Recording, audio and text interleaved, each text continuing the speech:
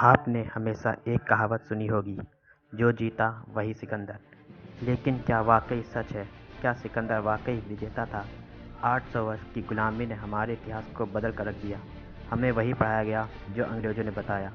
हमारा असली इतिहास जानबूझकर छुपा दिया गया। वास्तव में जो जीता वो सिकंदर नहीं, जो जीता वही पोरस है। हमें इतिहास में पढ़ाया जाता है, सिकंदर महान दुनिया को जीतता हुआ भारत पहुंचा, जहां उसका सामना भारतीय राजा पोरस से हुआ। पोरस ने सिकंदर से वीरता से युद्ध लड़ा, पर अंत में बाहर गया और उसे बंदी बनाकर जब सिकंदर के सामने लाया गया तो सिकंदर ने उससे पूछा, तुम्हारे साथ क्या किया जाए? पोरस ने जवाब दिया, वही जो एक राजा दूसरे राजा के साथ करता है, अर्थात मृत्युदंड। ये शब्द सिकंदर को इतने भाए कि उसने अपना विश्व विजय का सपना तोड़ पोरस को उसका जीता हुआ राज्य वापस दे दिया और अपने वतन वापस लौट गया। ये वही सिकंदर था जिसने अपने पिता भाइयों का कत्ल कर दिया। उसने अपने बचपन के मित्र को इसलिए मरवा दिया क्योंकि उसने सिकंदर को नरसंहार करने से रोका था। क्या वाकई सिकंदर सिर्फ कुछ शब्दों से अपना सपना तोड़ सकता था? वास्तव में जब सिकंदर भारत आया तो तक्षशिला के राजा अम्बी ने बिना लड़े आत्मसमर्पण कर दिया। सिकंदर से मित्रता कर ली। सिकंदर का अगला सामना पोरस से होना था।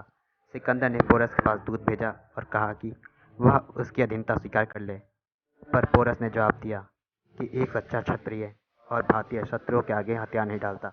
हमारा सामना अब युद्ध भूमि में होगा। सिकंदर के पास लगभग 1 लाख की सेना थी, वहीं पोरस के पास मात्र 20,000 सैनिक थे। पर पोरस के पास एक ऐसी सैन्य टुकड़ी थी जिससे सिकंदर अनजान था, और ये थे 130 खूंखार हाथी, जिन्हें सिर्फ युद्ध के लिए तैयार किया गया था। 326 ईसा पूर्व झेलम नदी के पास दोनों सेनाओं का सामना हुआ। पोरस ने भीड़ संहार का आदेश दे दिया। घमासान युद्ध प्रारंभ हुआ। शुरुआती युद्ध में सिकंदर की सेना भारी पड़ने लगी। तभी पोरस ने इशारा किया। 130 हाथियों की सेना युद्ध में शामिल हुई। हाथियों की सेना ने युद्ध भूमि में हड़कंप मचा दिया। पोरस स्वयं हाथी पर सवार हो गए। हाथियों के आगे सिकंदर की सेना बेबस हो गई। सिकंदर की सेना में भगदड़ मच गई।